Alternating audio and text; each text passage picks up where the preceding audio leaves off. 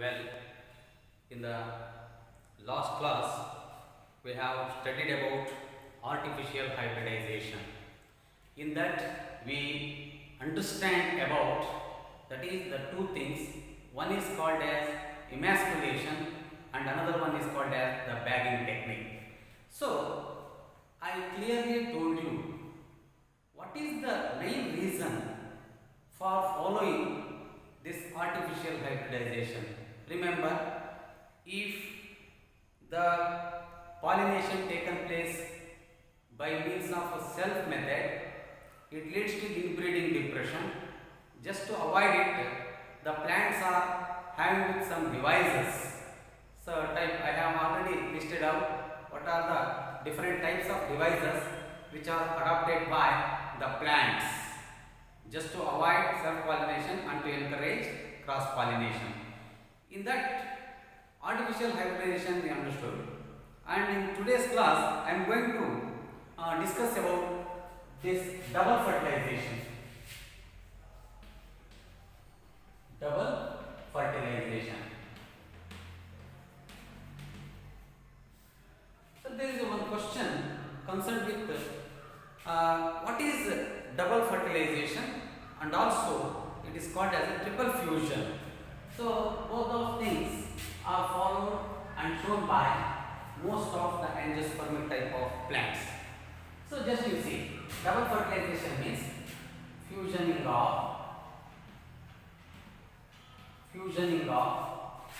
two male gametes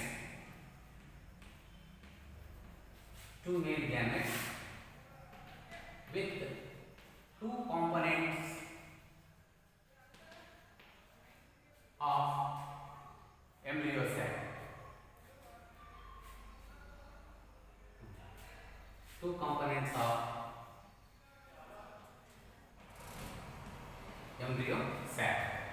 So the two components of embryo sac ಅಂತ ಹೇಳಿದ್ರೆ, one is nothing but in bracket I will tell you egg cell, and another one is nothing but two polar nuclei.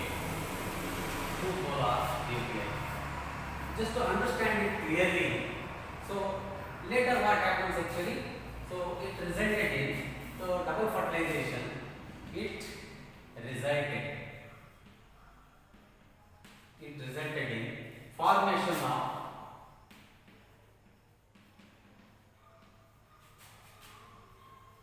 zygote and embryo. So double fertilization resulted in formation of zygote and as well the embryo. Now let us see. So how actually this double fertilization taken place and occurring in the angiospermic type of plants. Remember, you know that actually this spore tetrad, it is covered with an individual mature pollen grain, actually covered with, that is the two layers. Among them, one is called as, what do we say, the testa, and another one tegmen. ಅಥವಾ ನೀವು ಇದನ್ನ seed ಅಲ್ಲಿ ಹೇಳೋದ್ರಿಂದ ಇದಕ್ಕೆ exine ಅಂತ ಹೇಳಿ, exine, another one is intine. So exine is the outer layer, intine is the inner layer. So mature pollen grain you observe ಮಾಡಿ ನೋಡಿದ್ರೆ, it is having with that is the two compartments. ಮೇಲ್ಗಡೆ ಏನಿದೆ, so this part of the cell structure, that is called as a vegetative cell.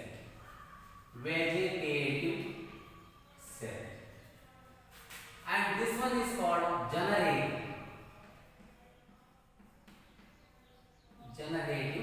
cell. ಎರಡಕ್ಕೂ ಕೂಡ nucleus ಇದೆ, observe ಮಾಡಿ. So distinct nucleus ಇದೆ, ಇಲ್ಲೂ ಕೂಡ ನ್ಯೂಕ್ಲಿಯಸ್ ಇದೆ. ಸೊ ಇದಕ್ಕೆ ಜನರೇಟಿವ್ ನ್ಯೂಕ್ಲಿಯಸ್ ಅಂತ ಕರಿತೀವಿ. This is called as the generative nucleus, whereas this one is called vegetative nucleus.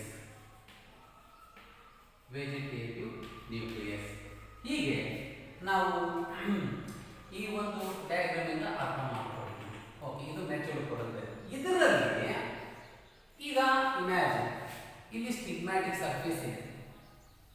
Okay, stigmatic surface imagine. So ಈ ಒಂದು ಸ್ಟಿಗ್ಮ್ಯಾಟಿಕ್ ಸರ್ಫೇಸ್ ಅಲ್ಲಿ ಇದನ್ನ ನಾವು ಸ್ಟಿಗ್ಮಾ ಅಥವಾ ಸ್ಟಿಗ್ಮ್ಯಾಟಿಕ್ ಸರ್ಫೇಸ್. ಓಕೆ, ಇಲ್ಲಿ ಸ್ಟೈಲ್ ಇದೆ, ಸ್ಟೈಲ್ ಇದೆ. ಇನ್ನು ಬಾಟಮ್ ಅಲ್ಲಿ ಜಸ್ಟ್ ನಿಮ್ಗೆ ಗೊತ್ತು, it is nothing but an ovary part. ಇದು ಏನಂತ ಹೇಳ್ತೀವಿ, ಓವರಿ ಅಂತ.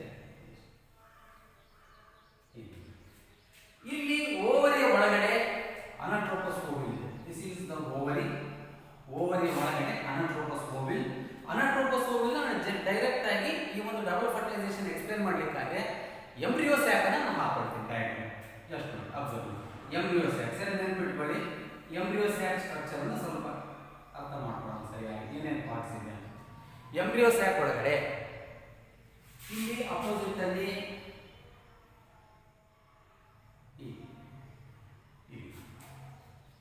ಮಧ್ಯದಲ್ಲಿ ಎರಡು ಪೋಲಾರ್ ನ್ಯೂಕ್ಲಿಯೈ ಇದೆ. ಆಮೇಲೆ ಒಂದು ಎಗ್ ಸೆಲ್ ಇದೆ, ಬಿಗ್ ಎಗ್ ಸೆಲ್ ಇದೆ. ಲ್ಯಾಟರಲಿ ಇಟ್ ಈಸ್ ಹ್ಯಾವಿಂಗ್ ವಿತ್ ಎರಡು ಸೈನರ್ಸ್ ಇದೆ.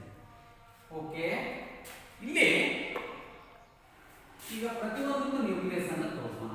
ಹೀಗೆ ಇಲ್ಲಿ ಇದು ಎಗ್ ಸೆಲ್, ರೈಟ್. ಈಗ ಇದು ಮೈಕ್ರೋಪೈಲಾರ್ ರೀಜನ್ ಅಂದ್ರೆ ಅಪ್ಪರ್ ಲೇಯರ್ ಅನಟ್ರೋಪಸ್. ಇಲ್ಲಿ ಫಿಲಿಫೆರಸ್ ಹೆಪಾರಿಟಸ್ ಇದೆ, ಫಿಲಿಫೆರಸ್ ಹೆಪಾರಿಟಸ್ ಇದೆ. ಇದು ಮೈಕ್ರೋಪೈಲ್, ಮೈಕ್ರೋಪೈಲ್. ಇದು ಈ ಭಾಗ ಚಲಾಸ, ಚಲಾಸ ಅನಟ್ರೋಪಸ್ ಓವಿಲ್. ಇಲ್ಲಿ ಸ್ವಲ್ಪ ಕಂಡೀಷನ್ಸ್ ಅರ್ಥ ಮಾಡ್ಕೋಬೇಕು ನಾವು. ಇಲ್ಲಿ ನೋಡಿ, ಈಗ ಇವು ಎಷ್ಟಿದೆ ಕೌಂಟ್ ಮಾಡೋಣ. ಇದು 1, ಇದು 2, ಇದು 3, ಇಲ್ಲಿ 4, ಇದು 5. ಸೊ ಇಲ್ಲಿ 6, 7, 8. ಅದಕ್ಕೆ ಇದು ನಾವೇನಂತ ಹೇಳ್ತೀವಿ, 8 ನ್ಯೂಕ್ಲಿಯೈ. 8 ನ್ಯೂಕ್ಲಿಯಸ್ ಇರುತ್ತೆ. ಮತ್ತು ಈಗ ನೋಡಿ ಸೆಲ್ಗಳು ಎಷ್ಟಿದೆ, 1, 2, 3, 4, 5, 6, 7. 7 ಸೆಲ್ ಸ್ಟ್ರಕ್ಚರ್ ಅಂತ ಕರೀತೀವಿ. 7 ಸೆಲ್ ಸ್ಟ್ರಕ್ಚರ್ ಅಂದ್ರೆ 8 ನ್ಯೂಕ್ಲಿಯಸ್ ಇರುವಂತ 7 ಸೆಲ್ಗಳ ಒಂದು ಸ್ಟ್ರಕ್ಚರ್ ಇದೆ. ಎಂಬ್ರಿಯೋ ಸ್ಯಾಕ್ ಅಂತ ಕರೀತೀವಿ. Embryo sack, it is nothing but embryo sack. ಈಗ ಇಲ್ಲಿ ಈ ಒಂದು ಪೋಲನ್ ಗ್ರೈನ್ ಬಂದು ಇಲ್ಲಿ ಡೆಪಾಸಿಟ್ ಆಗುತ್ತೆ. ಹೀಗೆ ಡೆಪಾಸಿಟ್ ಆಯ್ತು. ಡೆಪಾಸಿಟ್ ಕಂಪೇಟಬಲ್ ಪೋಲನ್ ಗ್ರೈನ್ ಅದಾಗಿದ್ರೆ ಮೇಲ್ಭಾಗದ್ದು ವೆಜಿಟೇಟಿವ್ ಸೆಲ್, ಇದು ಜನರೇಟಿವ್ ಸೆಲ್. ಮುಂದೆ ಏನ್ ಬದಲಾವಣೆ ನಾವು ನೋಡ್ತೀವಿ ಅಂದ್ರೆ ನಿಮ್ಗೆ ಗೊತ್ತಿದೆ. ಸೊ ಎಕ್ಸೈನ್ ಅಲ್ಲಿ here and there are many hole type of structures. ಇವಕ್ಕೆ ನಾವು ಜರ್ಮ್ ಕೋರ್ ಅಂತ ಕರಿತೀವಿ. ಸೊ ಸ್ಪೋರೋಪೊಲಿನಿಂದ ಕವರ್ ಆಗಿರೋ ನಿಜ. ಎಲ್ಲಿ ಜರ್ಮ್ ಕೋರ್ ಇತ್ತು ಅಲ್ಲಿ ಸ್ಪೋರೋಪೊಲಿನ್ ರ್ಯಾಪಿಂಗ್ ಆಗಿರೋದಿಲ್ಲ, ಅದು ಗ್ಯಾಪ್ ಇರುತ್ತೆ. ಅದರ ಅಡ್ವಾಂಟೇಜಸ್ ಏನಪ್ಪ ಅಂತಂದ್ರೆ ಜನರೇಟಿವ್ ಸೆಲ್ ಏನ್ ಮಾಡುತ್ತೆ, entire pollen grain. Okay, so it will germinate ಆಗುತ್ತೆ. After the germination it resulted in formation of a pollen tube. ಒಂದು ಪೋಲನ್ ಟ್ಯೂಬ್ ಫಾರ್ಮೇಷನ್ ಆಗುತ್ತೆ. ಸೊ ಈ ಪೋಲನ್ ಟ್ಯೂಬ್ ಯಾವ ಮೂಲಕ ಹೊರಗಡೆ ಬರುತ್ತೆ, from which part of the pollen grain it will come outside ಅಂತಂದ್ರೆ through the germ pore. Germ pore ಇಂದ ಈ ರೀತಿ ಒಂದು ಪೋಲನ್ ಟ್ಯೂಬ್ ಹೊರಗಡೆ ಬಂತು, ಫಾರ್ಮೇಷನ್ ಆಯ್ತು. So I will label it as A pollen tube. Pollen tube has been formed only after the germination of the pollen grain. Right. So this pollen tube now having with the 2 male gametes. ಎರಡು gametes ಇದೆ ಇದರೊಳಗಡೆ. 2 male gametes are there within this pollen tube. ಈ pollen tube ಏನು ಮಾಡುತ್ತೆ, it will come down through this style. And the pistil style ಮೂಲಕ ಸ್ಟಿಗ್ಮ್ಯಾಟಿಕ್ surface ಅಲ್ಲಿ pollen grain ಇದೆ, germinate ಆಯಿತು, ಪೋಲನ್ ಟ್ಯೂಬ್ ಫಾರ್ಮೇಷನ್ ಮಾಡುತ್ತೆ. along with that one it is having with the two male gametes. ಇವೆರಡು male gametes. So ಈ ಎರಡು male gametes ಕೂಡ pollen tube ಒಳಗಡೆ ಇದೆ. ಈಗ ಮುಂದೆ ಏನಾಗುತ್ತೆ, through stylar region it will comes down. ಇದು ಕಂಟಿನ್ಯೂಸ್ ಆಗಿ ಹೀಗೆ ಬರ್ತಾ ಹೋಗುತ್ತೆ, ಬಂದು ಕಂಪ್ಲೀಟ್ ಹೀಗೆ ಬರ್ತಾ ಹೋಗಿ it will reaches here up to micropylar region ತನಕ ಇದು ಟ್ಯೂಬ್ ಫಾರ್ಮೇಷನ್ ಕಂಟಿನ್ಯೂಸ್ ಆಗುತ್ತೆ. Then at the same time these two male gametes will also come and settle here at the tip of this pollen tube. ಎರಡು male gametes ಇಲ್ಲಿ ಬಂದು deposit ಆಗಿದೆ. ಮುಂದೆ with the help of the filiferous apparatus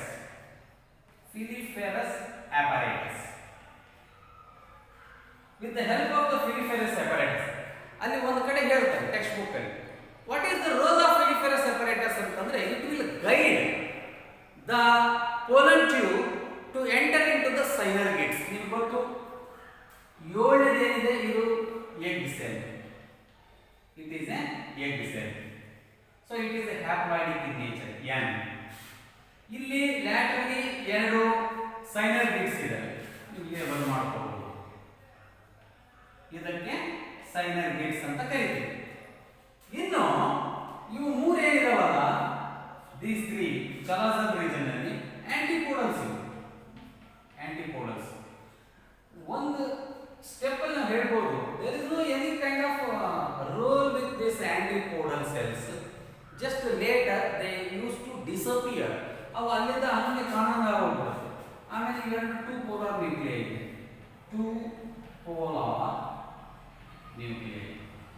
okay. ಈ ಎರಡು polar nuclei ಇದೆ, ಇದು ಒಂದು ಎನ್ ಪ್ಲಸ್ ಎನ್. ಓಕೆ, ಈಗ ನೋಡಿ, ಈ ಒಂದು ಎಗ್ ಸೆಲ್ ಕೂಡ ಇದು ಎನ್ ಇನ್ ಕಂಡೀಷನ್, ಹ್ಯಾಪ್ಲಾಯ್ಡ್. ಎನ್ ಅಂತ ಹೇಳಿದ್ರೆ ಹ್ಯಾಪ್ಲಾಯ್ಡ್, 2n ಅಂತ ಹೇಳಿಬಿಟ್ರೆ ಡಿಪ್ಲಾಯ್ಡ್ ಅಂತ ಹೇಳ್ತಾರೆ. ಎನ್ ಅಂದ್ರೆ ಹ್ಯಾಪ್ಲಾಯ್ಡ್, 2n ಅಂದ್ರೆ ಡಿಪ್ಲಾಯ್ಡ್ ಅಂತ ಕರೀತಾರೆ. ಇಲ್ಲಿ ಇಟ್ ಇಸ್ ವೆರಿ ಇಂಟ್ರೆಸ್ಟಿಂಗ್. ಈ ಬಹಳ ಒಂದು ಕ್ರಿಟಿಕಲ್ ಮೂಮೆಂಟ್ ಇದೆ, ಇದನ್ನು ನೀವು ಸರಿಯಾಗಿ ಅಬ್ಸರ್ವ್ ಮಾಡಿ. ಯಾವ ತರದಲ್ಲಿ ನೆನ್ಪಿಟ್ಕೋಬೇಕು, ಇವೆರಡು male gametes, these two are male gametes. ಇಲ್ಲಿ ನೋಡಿ ಏನ್ ಚೇಂಜಸ್ ನೋಡ್ತೀರಾ ಅಂತ ಹೇಳಿ. ಓಕೆ, ನಿಮ್ಗೆ ಗೊತ್ತಿದೆ ಇಲ್ಲಿ ಆಕ್ಚುಲಿ ಎರಡು ಮೇಲ್ ಗ್ಯಾಮೆಟ್ಸ್ ಇದೆ. With the help of the guidance of filiferous apparatus, this pollen tube will try to get enter into the one signer gate. It is present lateral to the egg cell. Remember, egg cell is haploid, right? So here one male gamete will comes through this signer gate and fuses with the egg cell. Egg cell is N. Egg cell is N. Plus one male gamete will be comes and fuses with this egg cell. Hence it will become 2n. ಈಗ 2n ಆಗಿ convert ಆಗುತ್ತೆ, ಯಾಕಂದ್ರೆ egg cell haploid ಇದೆ. one male gamete comes with the help of the filiferous apparatus, it enters into the signer gate. Later it will fuses with the egg cell. Egg cell is haploid, so n plus male gamete plus n, it resulted in formation of 2n. 2n ಅನ್ನೋದೇನಿದೆ, it is nothing but a zygote. ಇದು ಮುಂದೆ zygote ಆಗಿ convert.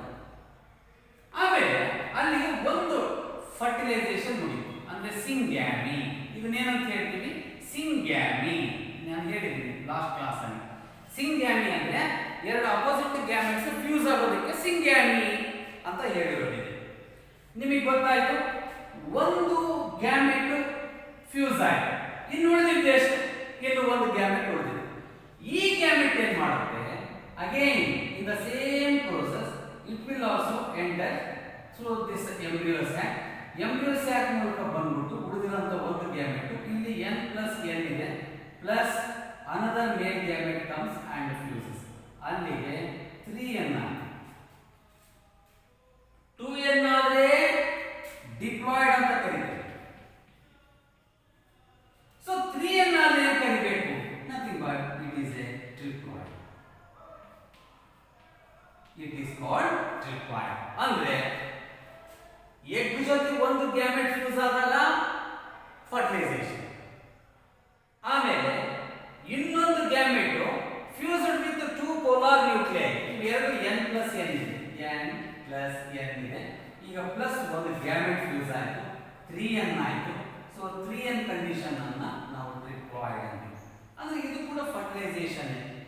ಅದಕ್ಕೆ ಇವತ್ತು ಸೈಂಟಿಸ್ಟ್ಗಳು ಏನು ಹೇಳ್ತಾರೆ, ಬಾಟನಿಸ್ಟ್ಗಳು ಅಂತ ಹೇಳಿದ್ರೆ, ಈ ಒಂದು ಆಂಜಿಯೋಸ್ಪರ್ಮಿಕ್ ಪ್ಲಾಂಟ್ಸ್ ಅಲ್ಲಿ ಫರ್ಟಿಲೈಸೇಷನ್ ಅಂತ ನಾವೇನು ಆಗುತ್ತೆ ಅಂತ ಹೇಳ್ತೀವಿ, it is also double fertilization ಅಂತ ಹೇಳಿದ್ವಿ. So double fertilization, double fertilization, double fertilization ಅಂದ್ರೆ ಯಾವ್ಯಾವುದು ಅನ್ನೋದ್ರ ಬಗ್ಗೆ ಬರೀತೀವಿ ನೋಡಿ. ಒಂದನೇದು ಫರ್ಟಿಲೈಸೇಷನ್ ಎಲ್ಲಾಗುತ್ತೆ ಅಂದ್ರೆ, one haploid male gamete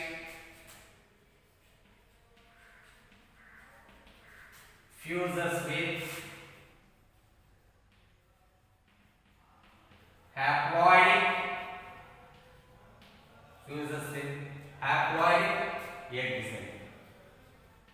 egg cell to form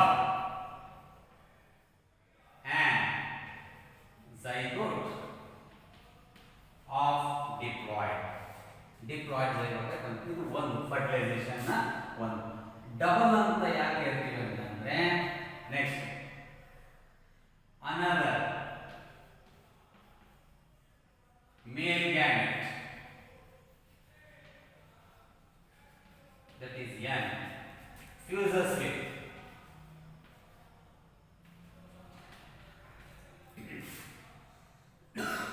two polar nuclei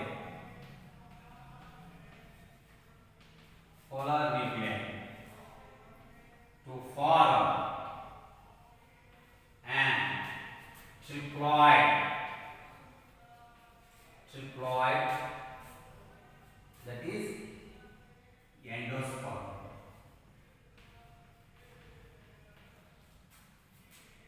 Nothing but pen ಅಂತ ಕರೀತಾರೆ. I think you don't know what is this long form of pen. Pen ಅಂತಂದ್ರೆ primary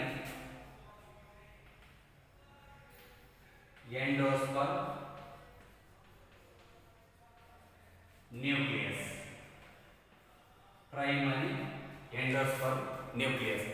ಮುಂದೆ ಎಂಡೋಸ್ಪರ್ಮ್ ಡಿವೈಡ್ ಆಗ್ತಾ ಹೋದಂಗೆಲ್ಲ it is converted into PEC ಅಂತ ಹೇಳ್ತೀವಿ.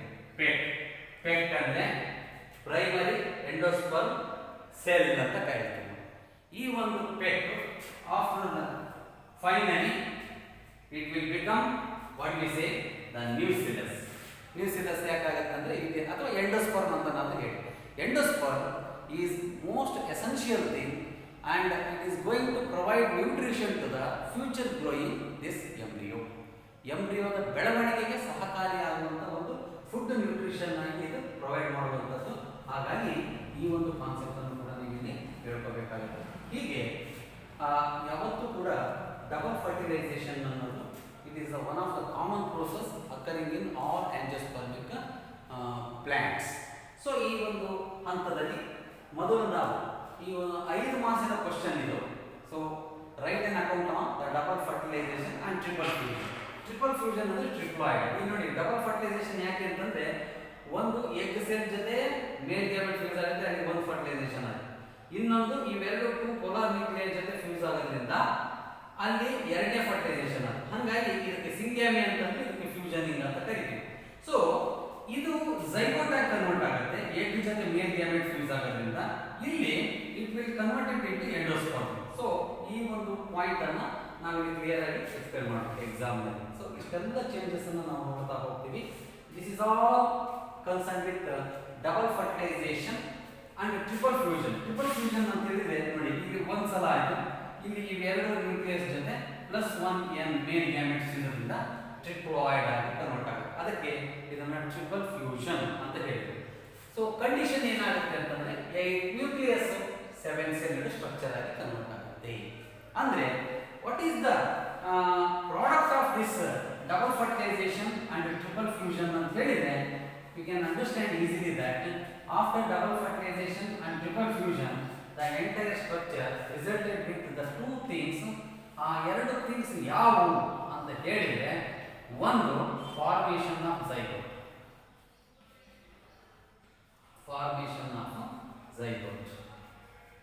So another one, that is the formation of the embryo in the form of just an endosperm formation ಆಗುತ್ತೆ. So ಈ ಒಂದು step ಅಲ್ಲಿ ಮೊದಲು ಪೆನ್ ಆಗಿ ಕನ್ವರ್ಟ್ ಆಗುತ್ತೆ, ಪ್ರೈಮರಿ ಎಂಡೋಸ್ಪರ್ಮ್ ನ್ಯೂಕ್ಲಿಯಸ್ ಆಗುತ್ತೆ. ಮುಂದೆ primary endosperm nucleus is final converted into PEC ಆಗಿ ಕನ್ವರ್ಟ್ ಆಗುತ್ತೆ. ಪೆಕ್ ಅಂದರೆ ಪ್ರೈಮರಿ ಎಂಡೋಸ್ಪರ್ಮ್ ಸೆಲ್ ಅಂತ ಹೇಳಿ. So finally it use to the providing that is nutrition, ಅಂದರೆ ನ್ಯೂಸಿಲಸ್ ಆಗಿ ಕನ್ವರ್ಟ್ ಆಗಿ it will provide that is nutrition to the future growing embryo. zygote ಇಂದ divide ಆಗಿ ಎಂಬ್ರಿಯೋ ಆಗುತ್ತೆ, ಮುಂದೆ ಎಂಬ್ರಿಯೋ ಡೆವಲಪ್ ಆಗ್ತಾ ಹೋಗುತ್ತೆ.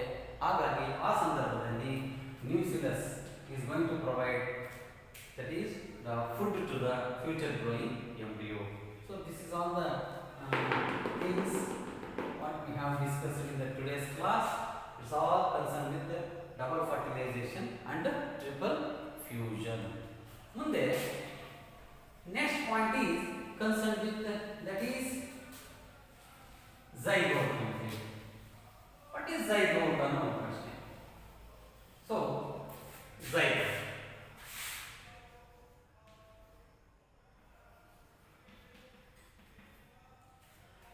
you know, zygote is a diploid structure and it is also nothing but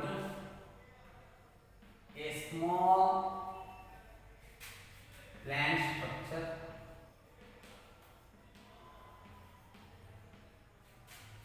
present in the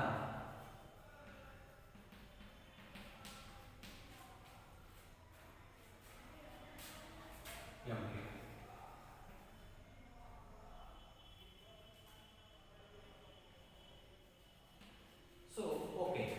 Further, embryo will start to divide and result in at least 2 to 3 structures. ಈ zygote ಇಂದ embryo formation ಆಗೋದಕ್ಕೆ ನಾವು ಎಂಬ್ರಿಯೋಜೆನಿ ಅಂತ ಕರೀತೀವಿ. ಒಂದು question ಇದೆ, what is ಎಂಬ್ರಿಯೋಜೆನಿ ಅಂತ ಹೇಳಿ. ಅದಕ್ಕೆ ಒಂದು ಡೆಫಿನೇಷನ್ ಬರೆಯೋಣ. Formation of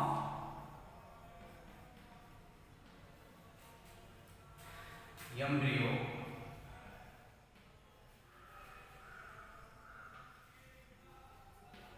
due to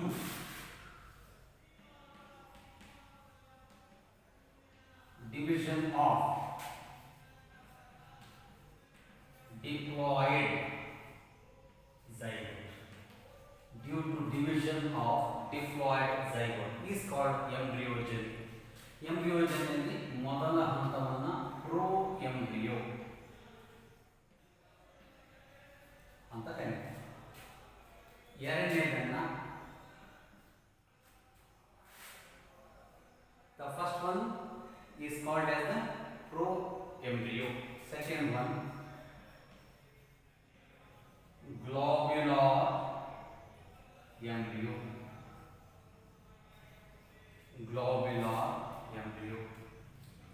third one is heart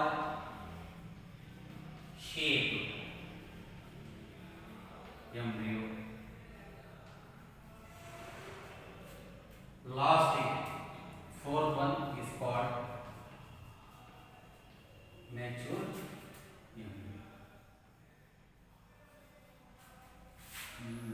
ಇದೆಲ್ಲದರ ಬಗ್ಗೆ ನಾಳೆ ಕ್ಲಾಸಲ್ಲಿ ಡಿಸ್ಕಸ್ ಮಾಡೋಣಂತೆ. ಪ್ರಯರ್ ಟು ದ್ಯಾಟ್ ನಾನೇನು ಇವತ್ತು ಡಬಲ್ ಫರ್ಟಿಲೈಸೇಷನ್ ಟ್ರಿಪಲ್ ಫ್ಯೂಷನ್ ಬಗ್ಗೆ ನಿಮಗೆ ಹೇಳ್ಕೊಟ್ಟಿದ್ದೀನಿ. ಅದನ್ನು ನೀವು ಚೆನ್ನಾಗಿ ಓದ್ಕೊಂಡು ಅರ್ಥ ಮಾಡ್ಕೊಂಡಿರಿ. ಏನಾದರೂ ಡೌಟ್ಸ್ ಇದ್ದರೆ ಒಂದು ಕಡೆ ನೋಟ್ ಮಾಡಿ ಇಟ್ಕೊಳ್ಳಿ. ಸೊ ನಾಳೆ ಡೌಟ್ಸಲ್ಲಿ ಸೊ ಅದನ್ನು ಕ್ಲಿಯರ್ ಮಾಡೋಣಂತೆ. So in the tomorrow class I am going to continue with this embryogeny and